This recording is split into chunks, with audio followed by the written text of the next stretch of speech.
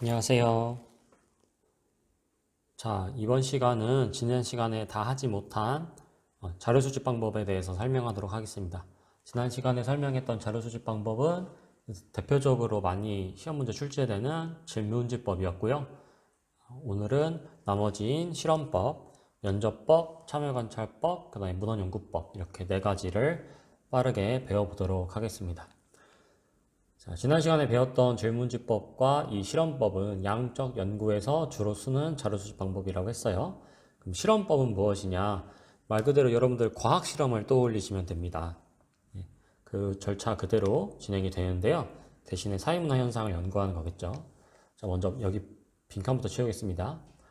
어떤 분석에서 결과를 가져오는 원인으로 작용하는 변인. 그래서 우리는 이걸 뭐라고 하냐면 독립변수, 독립변인 이렇게 합니다. 원인, 그래서 독립 이라고 적으시고, 그다음에 두 번째는 독립변이에 따라 그 값이 변화하는 원인. 결과적으로 독립변인에 의해서 값이 변화되므로 결과겠죠. 원인에 따라 결과가 바뀌니까. 그래서 우리는 그걸 뭐라고 부르냐면 종속변수, 종속변인이다. 이렇게 단순화해서 부르죠. 그럼 여기 있는 건 뭐냐면 집단이에요. 독립변인을 적용하여 실험 처치한 내용을 수행하는 집단. 무슨 말이냐면 독립변인을 적용한 집단이다라고 생각하면 돼요. 독립변인을 적용했다. 그래서 이 집단을 우리는 뭐라고 하냐면 실험 대상자다라고 해서 실험 집단이라고 부릅니다. 실험 집단.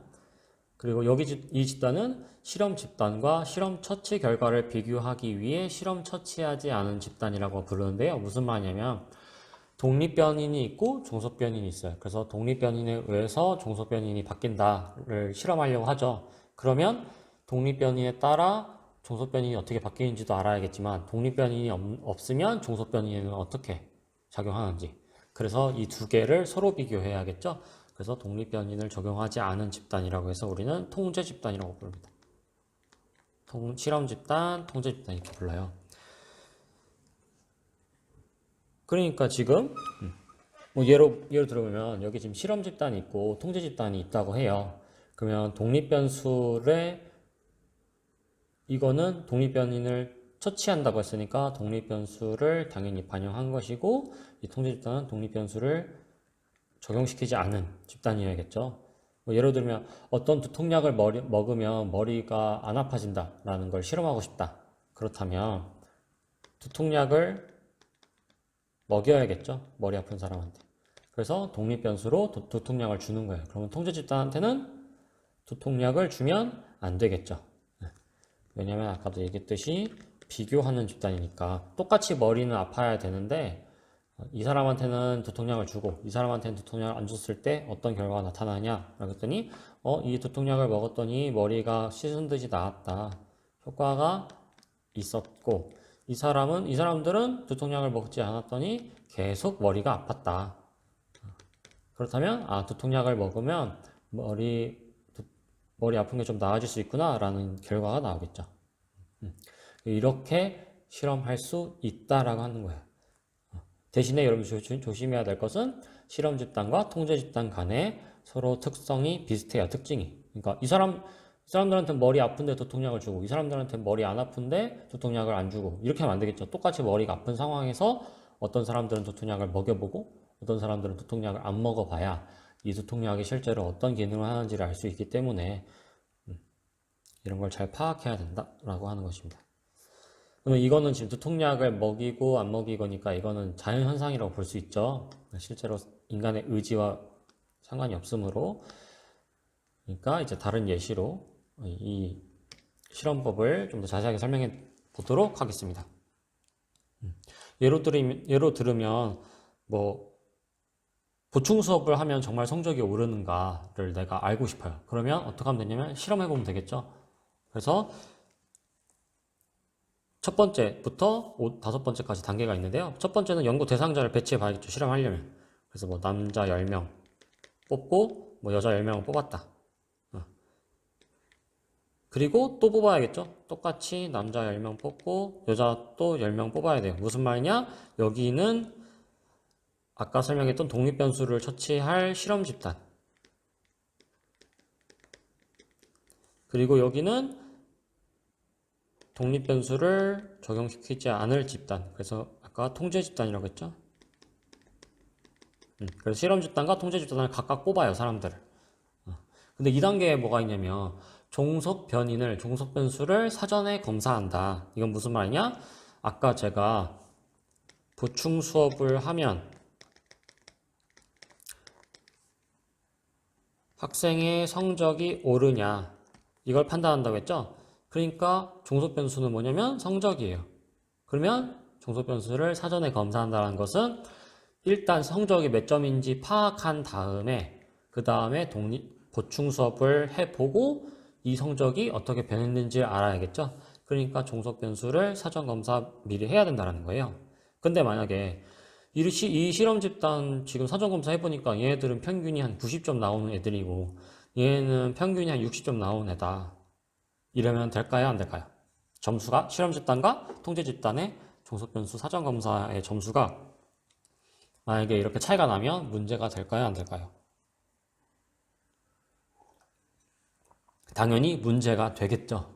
왜냐하면 실험 집단과 통제 집단 간에 우리가 어떤 차이점을 알아보려고 하는 거냐면 보충 수업에 참여하느냐 참여하지 않느냐만 판단하는 것이니까 당연히 기존 점수는 동일한 집단을 뽑아놔야 된다는 거예요. 그래야 좀 더 명확한 인과관계가 나오기 때문에 그렇다는 거죠. 그러니까 이렇게 하면 안 되고 점수가 비슷한 사람들끼리 모아놔야 된다는 거예요. 그리고 실험 집단 평균 점수 때 보니까 얘네들 한 72점 정도 되는 것 같고 얘네들은 한 73점 정도 나와요. 그럼 뭐 비슷하죠. 완전 기계적으로 같을 수는 없으니까 사람이다 보니까. 그러니까 한 이 정도 하다면 되게 비슷하다고 성적을 말할 수 있어요. 그래서 이 2단계에서 가장 중요한 건 우린 뭐라고 하냐면 실험 집단과 통제 집단의 동질성이 확보되어야 한다 라고 설명합니다. 동질성이 확보되어야 된다. 동질성이 확보되어야 된다. 비슷해야 인과관계가 명확하게 드러나니까. 그러니까 독립변인 이제 조작을 해야 되는데 실험 집단은 적용하는 집단이고 통제 집단은 적용하지 않는 집단이라고 했죠. 그래서 실험 집단 애들한테만 보충 수업 듣게 하고 통제 집단 애들한테는 보충 수업을 듣지 않게 한 거예요. 그러고 나중에 성적을 다시 한번 종속변이 사후 검사를 해보니 얘네들은 한 93점이 됐고 얘네들은 뭐 한 76점이 됐다.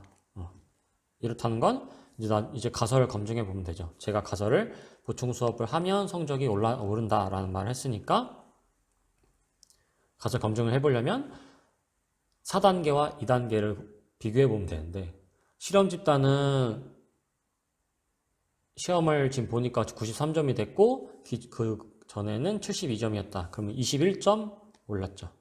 근데 통제 집단은 보충 수업도 하지 않았어요. 기존이랑 똑같이 진행했어요. 그랬더니 3점밖에 안 올랐다. 이렇다면 보충 수업에 의해서 성적은 오를 수 있구나 라는 가설 검증이 이루어질 수 있다는 거예요. 이런 식으로 실험을 한다는 거죠. 새롭게. 의미 볼게요. 의미, 다른 변수를 뭐 하냐면 통제해야겠죠. 다른 변수라면 뭐냐면 뭐 지금 실험 집단한테는 보충 수업 하게 하고 통제 집단은 보충 수업 안 하겠어요. 이 실험에서. 근데 나중에 보니까 이 통제 집단 애들도 막 점수가 한 90점으로 올라버린 거예요.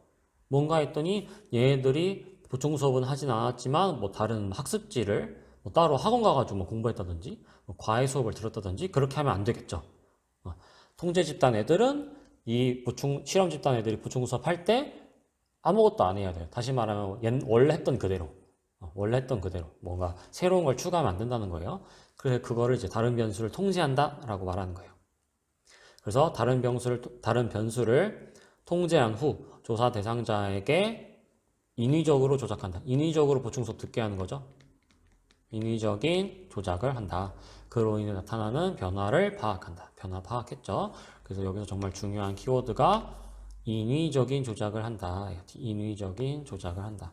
이게 실험법 설명할 때 가장 많이 쓰는 용어입니다. 그 특징으로는 인과관계가 발견되겠고요. 실험을 하니까 다른 걸 다 통제하고 인위적인 조작을 한 가지만 하기 때문에 정확하고 정밀하고 객관성이 높을 확률이 높겠죠. 하지만 단점, 실험 대상이 인간이기 때문에 윤리적이고 법적인 문제가 제기될 수도 있다. 윤리적, 법적 문제가 제기될 수도 있다라는 거예요. 무슨 말이냐면 이제 대표적으로 많이 쓰이는 예시가 밀그램의 실험입니다. 그러니까 밀그램이라는 학자가 실험 대상자들을 모았어요. 그래서 제가 어떤 실험을 할 건데 여기에 응해주세요 해가지고 몇 명의 실험 대상자가 왔는데 그 사람들한테 이렇게 설명한 거예요. 징벌에 따라서 사람의 학업 성취도가 어떻게 달라질까? 다시 말하면 징벌을 강하게 할수록 사람들이 더 열심히 공부해서 학업 성취도도 높아지지 않을까라는 실험을 한 거죠. 그래서 이런 가설에 따라서 실험을 할 겁니다. 라고 한 거예요. 그래서 실험 대상자를 문제를 내는 사람과 그 문제를 푸는 사람으로 이렇게 그룹을 나눴고요. 이렇게 문제 내는 사람이 문제 푸는 사람을 볼 수 있도록 이렇게 유리로 만들었고 각각 의자에 앉은 거죠.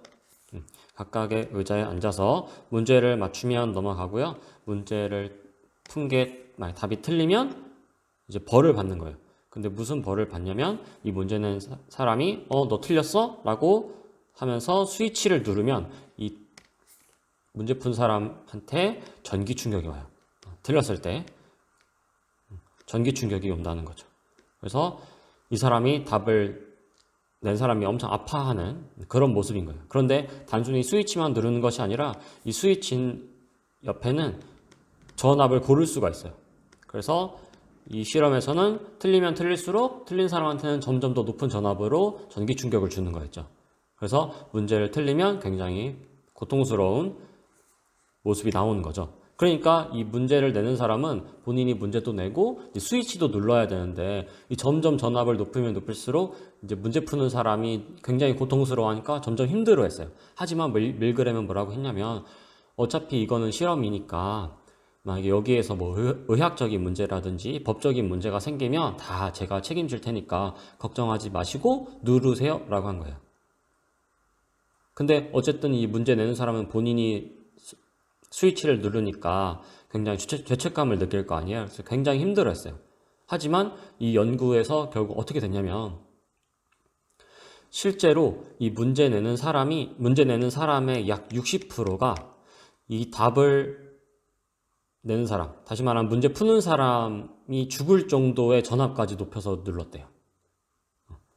그래도 상관없다고 밀그램이 얘기했으니까. 굉장히 많은 퍼센트가 죽을 때까지 누른 거죠, 스위치를. 그런데 알고 보니까 이 밀그램은 징벌에 따라서 학업 성취도가 어떻게 달라질까가 궁금했던 게 아니에요. 이 사람의 실험은 이름이 뭐였냐면 복종 실험이었어요. 무슨 말이냐? 밀그램이라는 저명한 학자죠. 그러니까 학자의 권위로부터 사람들은 얼마나 복종할까가 궁금했던 거예요, 원래. 그러니까 권위에 따라서 사람들은 얼마나 복종할 것인가에 대해서 궁금했고, 그래서 이 실험을 한 거였는데, 실제로는 이 답을 말하는 사람들, 문제 푸는 사람들은 실험 대상자가 아니었어요. 문제 내는 사람만 실험 대상자였고, 문제 푸는 사람은 그냥 연기자였어요. 그러니까 전기 충격도 전혀 오지 않고 그냥 여기에 보이는 그 전압에 따라서 연기한 거일 뿐이었던 거예요. 그러니까 그렇게 연기를 해야만 이 실험 대상자인 문제 내는 사람들이 거기에 맞춰서 잘 할 거라고 생각했던 거죠, 밀그램은. 그래서 실제로 문제 내는 사람들은 약 60%가 정답을 말하는 사람이 죽을 정도로 스위치를 눌렀죠. 그러니까 이 연구 과정에서 실제로 복종 실험을 하는 겁니다 라고 말해버리면 이 실험 대상자가 제대로 버튼을 누르지 않을 것 같아서 일단 이 사실을 말하지 않고 실험을 진행했던 거죠. 그러니까 이 사실을 알게 된 이 실험 대상자는 엄청난 죄책감에 빠져들었다는 거예요. 왜냐면 나는 사람 죽을 정도까지 정말 눌렀구나. 이 사람이 책임진다고 해가지고 그냥 막 눌러버렸구나. 난 이런 인간이구나. 라고 하면서 자기 죄책감도 빠져들고 엄청나게 정신적인 충격을 받았다는 거죠. 그러니까 결과적으로 이 밀그램의 복종 실험이 유명한 이유는 사람들은 얼마나 권위에 복종할까 이 연구 결과 자체가 훌륭해서 유명해진 것이 아니라 이 실험 대상자한테 너무나도 과혹한 실험을 했다. 다시 말하면 윤리적이고 법적인 문제가 심각한 실험이다 라고 해서 유명해요. 그렇기 때문에 우리가 실제로 실험법을 쓸 때에는 이 실험 대상이 인간이므로 반드시 이러한 문제들을 고려해서 해야 된다는 거죠. 자, 그 다음에 단점 보시면 외부 변인이 개입될 가능성도 있겠죠. 그러니까 통제 실험이 좀 사실 어려울 수도 있다는 거예요. 인간에 대해서. 아까 얘기했듯이 니네 보충 수업에 따라서 성적이 오르는지 안 오르는지 판단할 거야 라고 했지만 이 통제 집단이 그래? 근데 나 보충 수업 안 들으면 나 성적 계속 그대로면 나한테 손해 아니야? 나 몰래 공부해야지 라고 해가지고 하라는 대로 안 하고 막 자기 몰래 과외를 다닌다든지 학원을 다닌다든지 뭐 이럴 수도 있겠죠. 인강을 뭐 더 듣는다든지. 그러면 외부 변인이 개입될 가능성이 높다. 완벽하게 통제하기는 어렵다라는 점도 있고요. 그 다음에 통제된 상황에서의 실험 결과를 현실에 적용할 수 없다. 현실에 적용하기 어렵다는 거예요. 무슨 말이냐면 실제로는 누가 보충 수업만 듣겠어요. 어떤 학생은 보충 수업만 들을 수도 있지만 어떤 학생들은 보충 수업도 들으면서 학원도 다니면서 야자도 하면서 뭐 과외도 다니면서 집에서 열심히 공부하기도 한다라는 거죠. 그러니까 이렇게 보충 수업을 하면 성적이 오른다라는 이 결과가 이 굉장히 억압되어 있는 통제된 상황에서만 적용 가능한 것일 수도 있다라는 거예요. 실제 현실에는 적용하기 어려울 수도 있다라는 것입니다. 이게 실험법의 특징이고요. 자, 이번에는 면접법, 참여관찰법에 대해서 살펴보겠습니다. 자, 면접법과 참여관찰법은 방금 봤던 질문지법이나 실험법과 다르게 질적 연구에서 쓰입니다. 질문지법과 실험법은 양적 연구에서 쓴다고 했고요. 면접법과 참여관찰법은 질문지법이 아니라 질적 연구에서 쓰이는 자료 수집 방법입니다.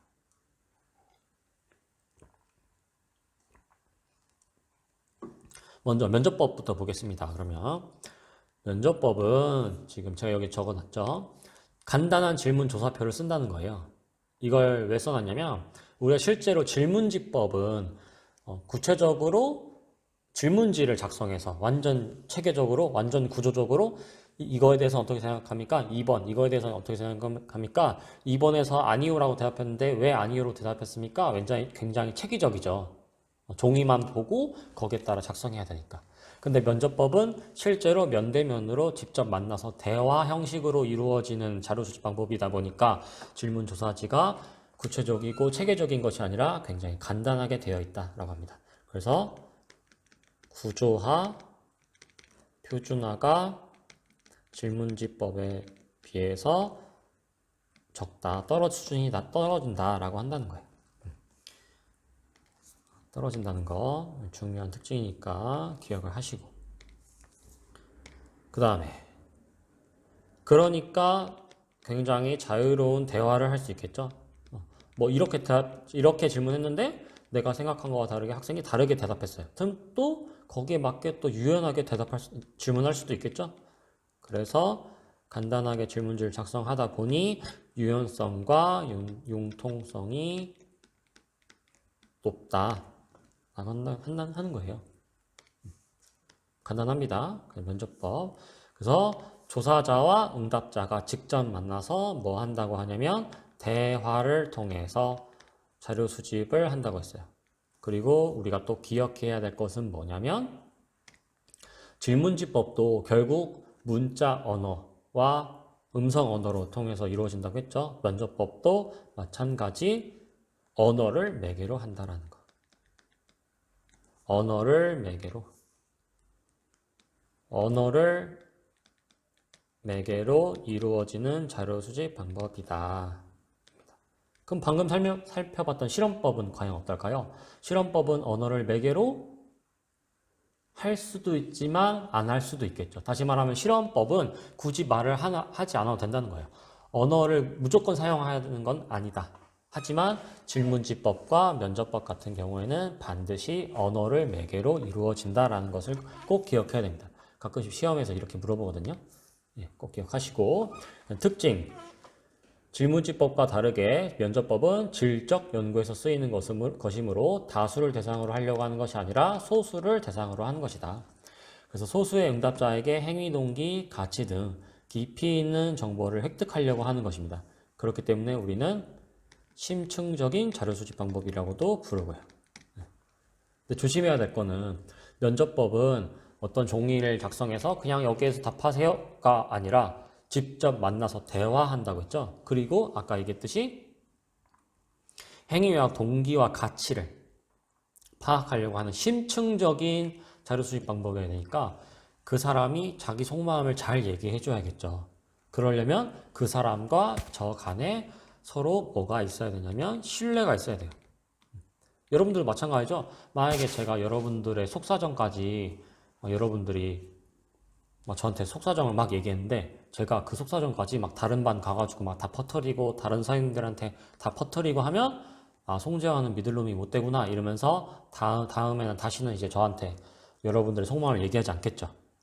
그러니까 면접법은 깊이 있는 대화를 해야 되기 때문에 신뢰가 중요하다. 그러니까 이 자료 수집 방법을 활용하려면 허용적인 분위기를 조성해 줘야 된다. 그래서 우리는 라포를 형성해야 된다. 레포를 형성해야 된다. 라고 합니다. 라포를 형성해야 된다. 이런 말도 많이 하니까 좀 기억하시고요. 그 다음에 질문에 대한 보충 설명이 가능하겠죠. 좀 더 자유롭게 대화하는 거니까. 그러니까 보다 내가 원하는 것을 물어볼 수도 있으니까 응답의 정확성도 높아지고 응답률도 높겠죠.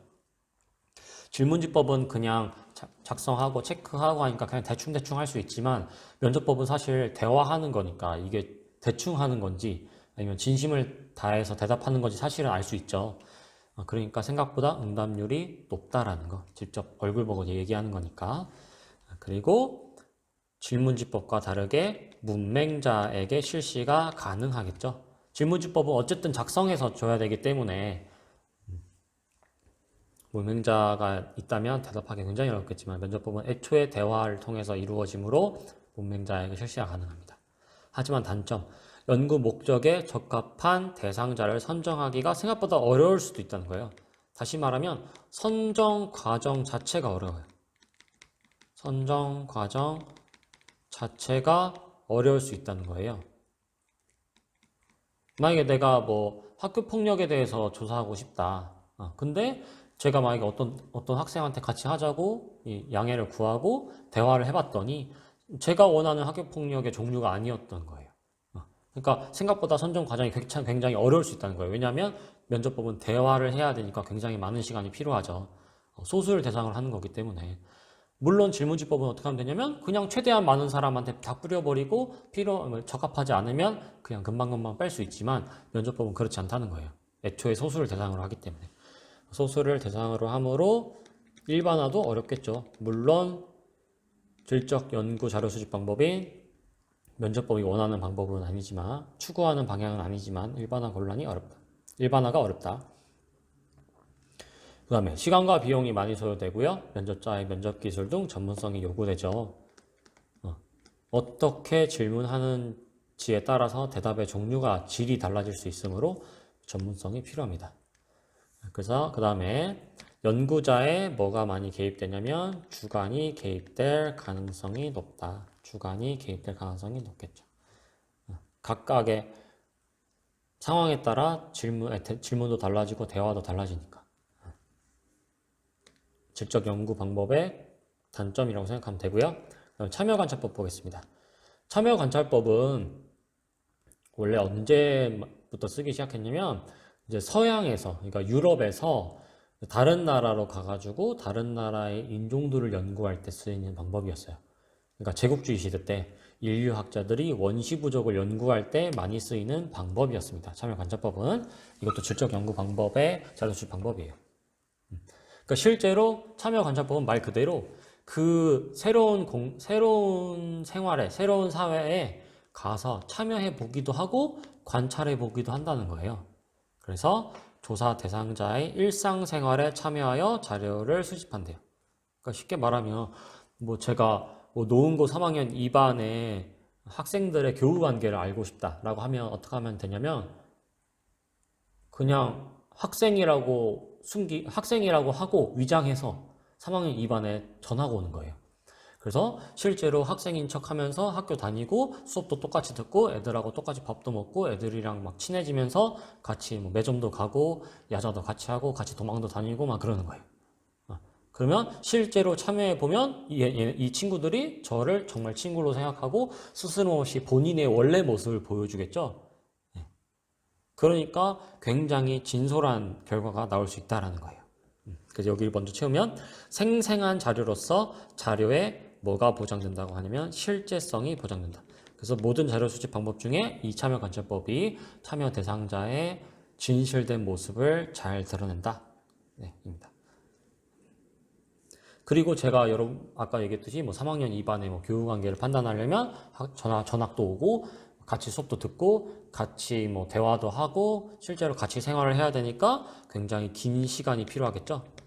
장기간 연구를 하다 보니까 그로 인해서 친구들이 마음을 열고 그래서 저는 3학년 2반의 교우 관계를 심층적으로 이해할 수 있다는 거예요. 그렇기 때문에 각각의 상황에 따라 유연하게 대처할 수 있겠죠. 그래서 일상생활에 참여함으로 이것도 자료 수집 방법이 굉장히 비구조화되어 있고 비표준화되어 있다. 각각의 상황에 맞게 각각의 연구 대상자에 따라서 유연하게 대처할 수 있다는 거죠.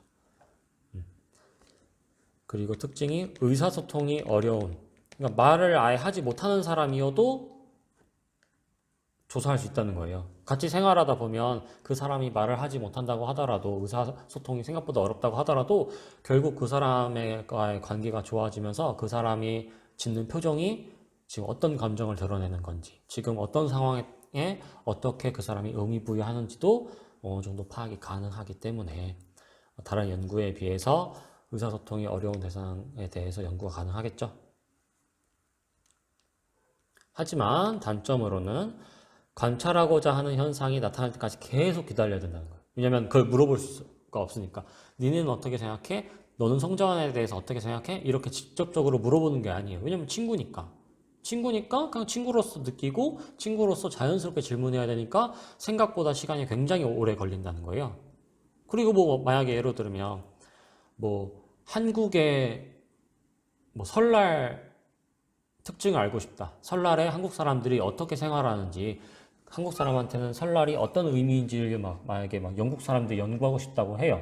그러면 그 영국 사람은 설날에 맞춰서 한국에 와야겠고, 거기에 맞춰서 뭐 충청남도에서는 뭐 설날에 어떤 음식을 먹고 어떻게 생활하는지, 뭐 전라도에서는 어떻게 먹고 어떻게 생활하는지, 뭐 대전에서는 어떻게 생활하는지 이런 거를 판단하려면 굉장히 오랜 시간이 걸린다는 거예요.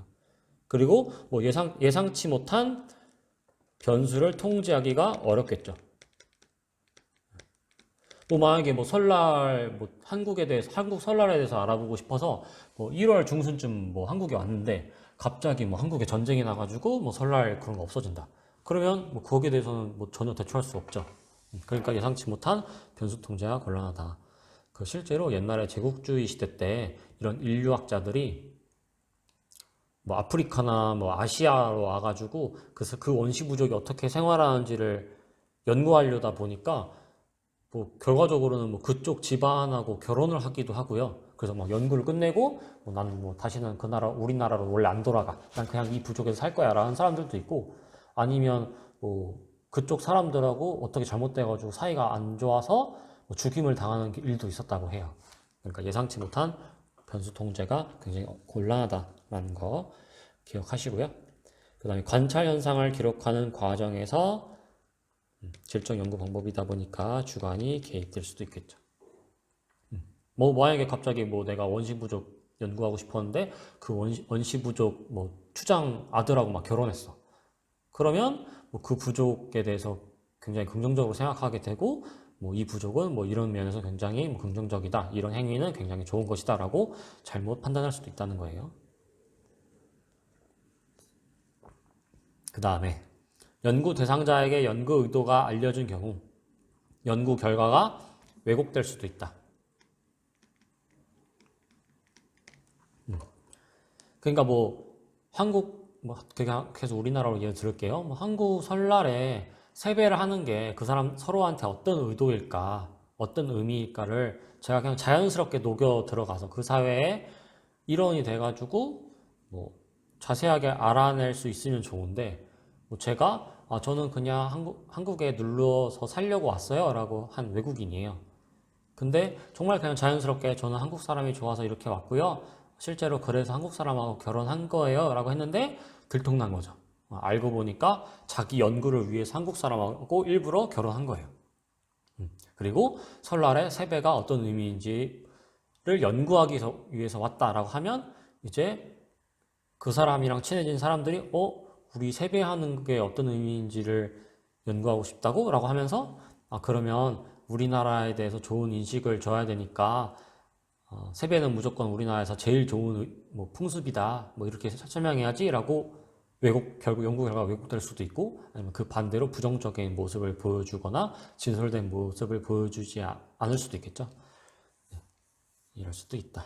그래서 차별관찰법이 굉장히 진솔한 심층적인 이해가 가능하다라고 할 수도 있지만 반대로 그로 인해서 오히려 어려운 점도 많다라는 것. 네, 그렇습니다. 차별관찰법도 기억해 주시고요. 마지막 문헌연구법입니다. 여태 살펴봤던 질문지법, 실험법, 면접법, 참여관찰법 같은 경우에는 앞에 두 개, 질문지법과 실험법은 양적 연구에 쓰이는 것이고 그다음에 면접법과 참여관찰법 같은 경우에는 질적 연구에서 쓰는 거다라고 우리가 명확하게 구분을 하지만 이 문헌연구법 같은 경우에는 양적 연구에서 쓰이기도 하고요. 질적 연구에서도 빈번하게 사용되는 것입니다. 그래서 꼭 기억을 했으면 좋겠고요. 그래서 실험 문헌연구법 보시면 말 그대로 문헌연구법은 기존 연구의 결과물인 문헌, 그래서 역사적인 기록이라든지 통계자료라든지 기존 연구 기록 같은 것을 수집하는 거예요. 그러니까 이미 다른 사람들 걸 자료를 활용하는 거죠. 근데 여러분들 조심해야 되는 것이 문헌이라고 해서 반드시 글자를 말하는 것이 아니에요. 영상일 수도 있고요. 사진일 수도 있고요. 그림일 수도 있겠죠. 이런 것도 전부 다 우리는 문헌이라고 표현을 합니다. 특징. 1차 자료를 직접 수집하기 어려운 경우에 쓰이는 것이다. 결과적으로 2차 자료 수집용이다. 1차 자료, 2차 자료라는 건 지난 시간에 제가 자료의 종류 설명할 때 안내해 드렸습니다. 1차 자료는 연구자 본인이 직접 자료를 수집하는 것이고 2차 자료는 누군가가 수집한 자료를 본인에 맞게 재분석하면 2차 자료가 된다고 했죠. 그러니까 되게 문헌연구법을 언제 쓸 수밖에 없냐면 역사 연구할 때 내가 만약에 정조 시대 때 어떤 연구를 하고 싶다. 그러면 그 타임머신 타가지고 정조 시대로 돌아갈 수가 없죠. 그러니까 이미 기존에 있던 자료들을 토대로 정조 시대 때는 이런 특징이 있었구나라고 하는 거죠. 문헌 연구를 통해서 역사 연구 때 많이 쓰이고 우리가 자주 갈 수 없는 지역을 연구할 때도 쓰인다는 거예요. 대표적으로 북한의 특정 지역의 문화를 알고 싶다. 그렇다고 해서 우리가 지금 북한을 가면 난리 나죠. 그러니까 북한과 관련된 문헌들을 여러분들이 수집해서 연구하는 문헌연구법을 쓸 수 있다는 거예요. 그런데 문헌연구법은 되게 독자적으로 문헌연구만 한다가 아니라 되게 다른 자료를 수집하면서 같이 곁들여서 이제 쓰거든요. 그래서 어느 단계 때, 연구 단계 중에 어느 단계 때 많이 쓰이냐면 연구 주제를 설정할 때나 아니면 가설을 설정할 때 되게 기초 자료로 많이 쓰입니다. 그리고 양적 연구와 질적 연구에서 모두 적용 가능하다 아까 설명했고요. 장점, 시간과 비용이 굉장히 효율적이죠. 직접 다른 지역에 갈 필요도 없고 참여관찰법처럼 계속 거기에 장기간 눌러 앉아야 될 필요도 없고. 시간과 공간적 제약을 적게 받으니까 폭넓은 연구가 가능하고 연구 문제에 대한 기존의 연구 동향. 이게 시험 문제에 많이 나와요. 이게 이제 선지에 많이 나오거든요. 기존의 연구 동향을 파악할 수 있다. 그러니까 기존에 북한에 대해서 이런 식으로 연구를 많이 했네. 그러니까 연구 주제 설정할 때나 가서 설정할 때 기초 자료로 많이 쓰이는 거예요. 그래서 그 다음에 단점, 문헌의 정확성. 과연 그 문헌이 정확한 건지, 그리고 정말 신뢰할 만한 건지, 그것까지는 우리가 알 수 없다는 거죠. 뭐 종조시대 때 뭐 양반들의 모습을 종조시대 때 어떤 선비가 적어놨다고 해요. 근데 그걸 우리가 보고 이건 맞는 말이야, 틀린 말이야를 명확하게 알기 어렵다는 거예요. 왜냐면 우리가 그 시간에 가서 검증할 수 없으니까. 그 다음에 문헌 해석 시 연구자의 주관이 개입될 수밖에 없겠죠. 본인이 읽고 본인이 해석하는 거니까. 이게 문헌 연구법 특징입니다. 그러면 이렇게 질문지법, 실험법, 면접법, 참여관찰법, 문헌연구법 이렇게 5가지 자료 수집 방법에 대해서 공부했는데요.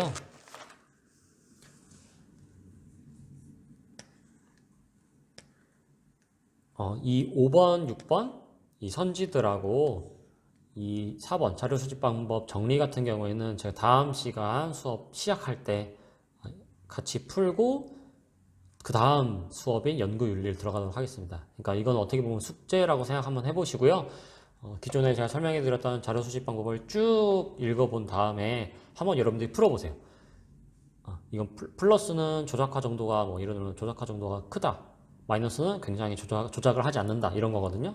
높고 낮음이니까 문헌연구법을 제외한 질문지법, 실험법, 참여관찰법, 면접법 이 4가지 중에 하나씩이니까 이거 한번 풀어보는 걸 숙제로 하고 다음 수업 시간 첫 시간에 앞부분에서 제가 이 4번과 5번, 6번을 같이 풀어드리도록 하겠습니다. 이번 영상은 여기까지입니다.